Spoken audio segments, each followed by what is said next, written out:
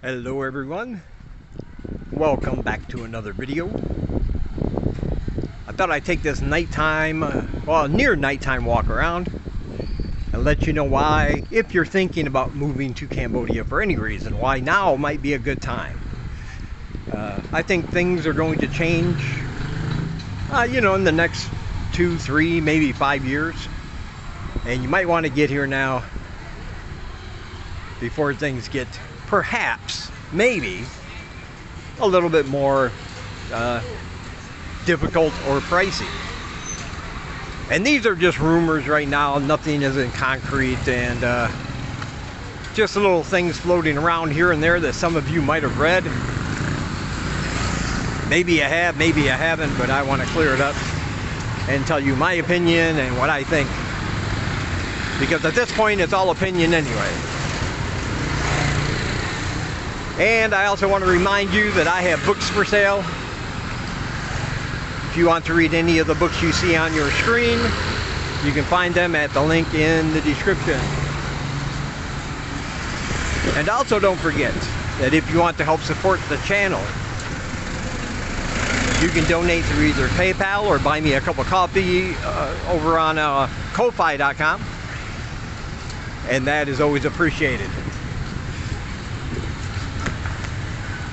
Every little bit helps. $5 or $10 goes a long way here, and hopefully we can get to about another $80 before the end of the month. That would really be fantastic if you want to and if you can.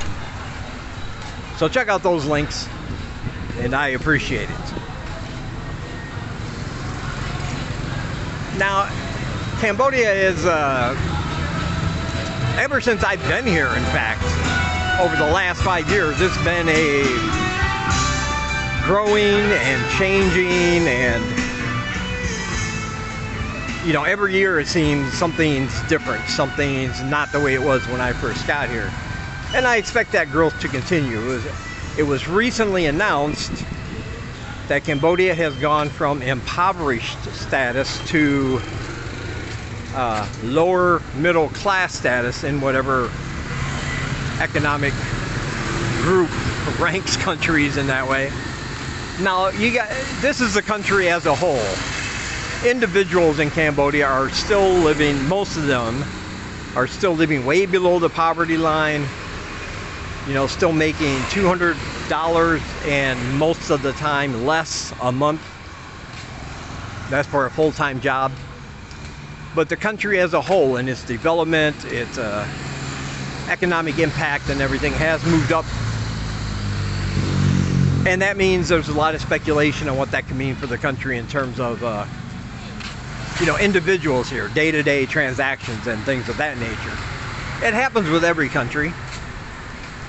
The economy goes up, the economy goes down, prices go up. Sometimes prices even go down. Sometimes.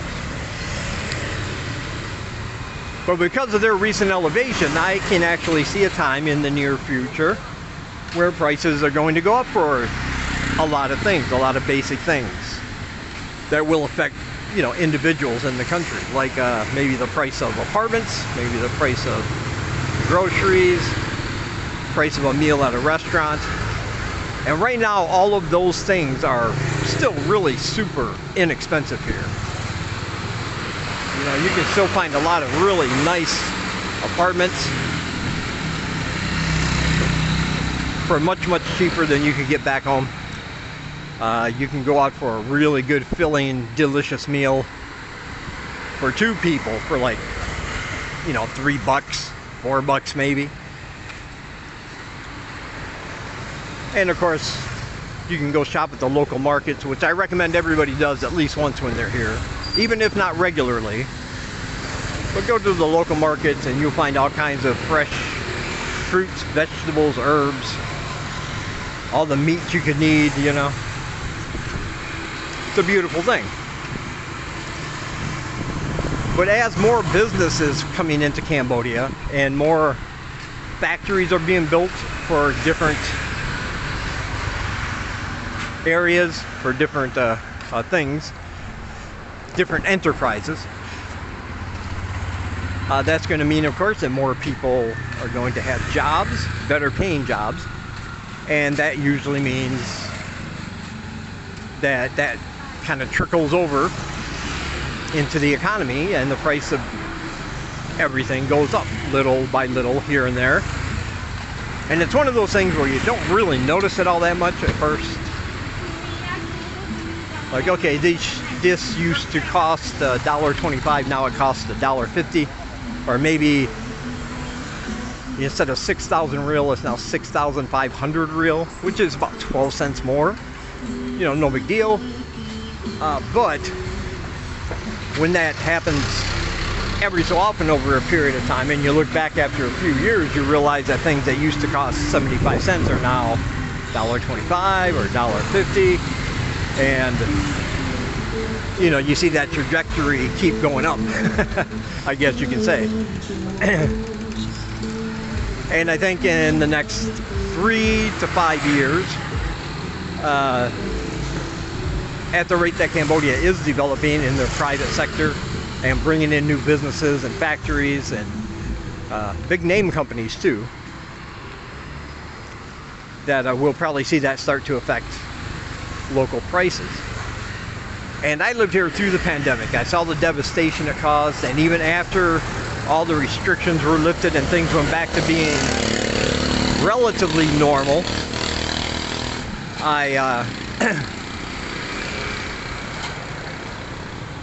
I still saw how that affected the economy as well. Now, the pandemic, of course, was horrible for everyone. But the thing is, now that we're on the other side of it here in Cambodia, and it's still this way, there are lots and lots and lots of good deals to be found on housing. Since nobody was coming into the country during the pandemic, all these apartments went empty, hotel rooms, guest houses, and they did not want to take the chance, or they did not want to take the chance on not filling them up again. Whoa, whoa, whoa, whoa, whoa. Once the pandemic was over, they wanted to be sure they could make some more money. So all those prices got reduced significantly. And there are still so many good deals to be had here. I was looking at a Facebook Marketplace, and I saw it was an actual 2-bedroom apartment, like it had 2 separate bedrooms. It had a fairly large living area with furniture, fully furnished. It even had a TV. The bathroom looked to be pretty nice. 5 minutes from Pub Street, or you know, all the big attractions. And that was only $250 negotiable, you know, per month. So that was, because normally apartments like that will run $350 to $400 easily here. So that was a pretty good deal. And you still see those because people are trying to get whatever money they can to get their investments back.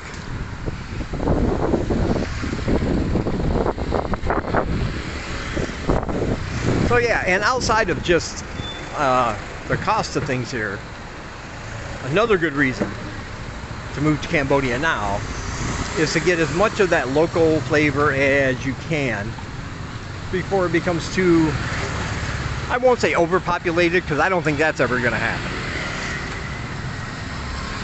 But before it gets too filled up with these boxy, square, brick chain store buildings. And I have seen a lot of those pop up since the pandemic here.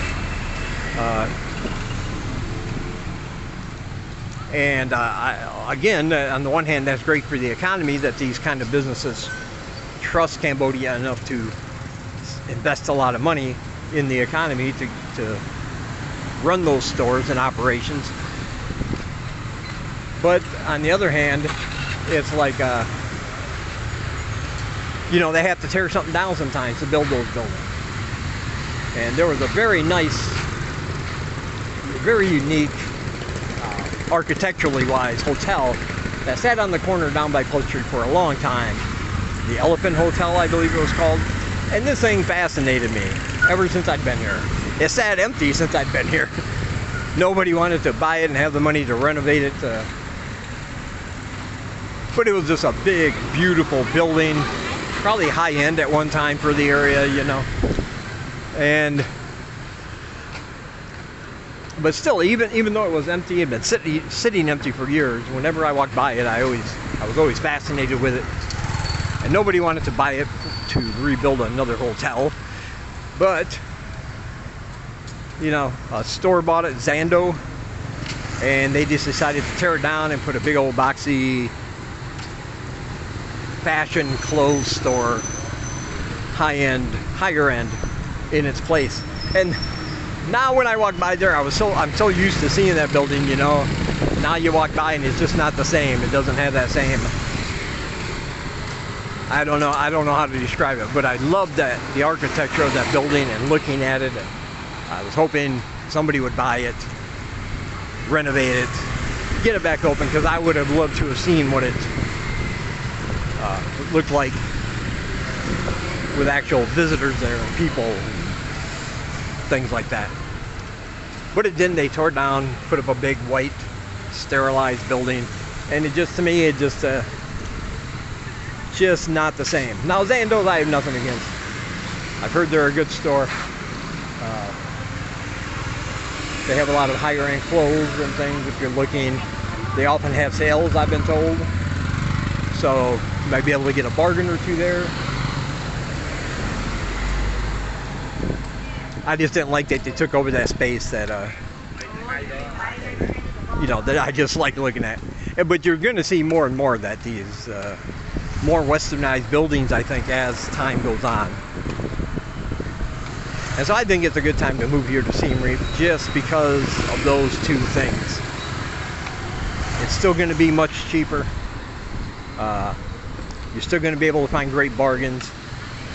And you're going to see a lot of the old school architecture and cultural things that you, now I'm not saying these things are all going to go away and you're not going to be able to see them if you happen to come here later, but I'm just saying they're slowly going away. They're, you know, little by little they're being erased, or not erased, but they're just being formulated to a more Western friendly experience, you know.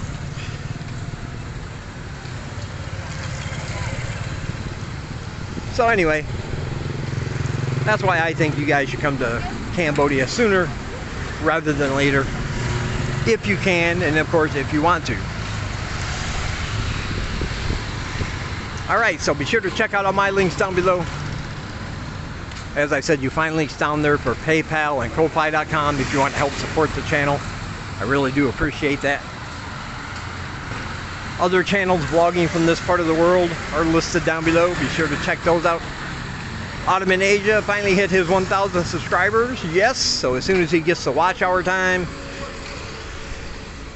we're going to have a party, I think. So congratulations to him. And you can also buy my books down below and check out my other channel, Horror Reads, if you like horror books. Alright. From Siem Reap, Cambodia, I will talk to you guys in the next one.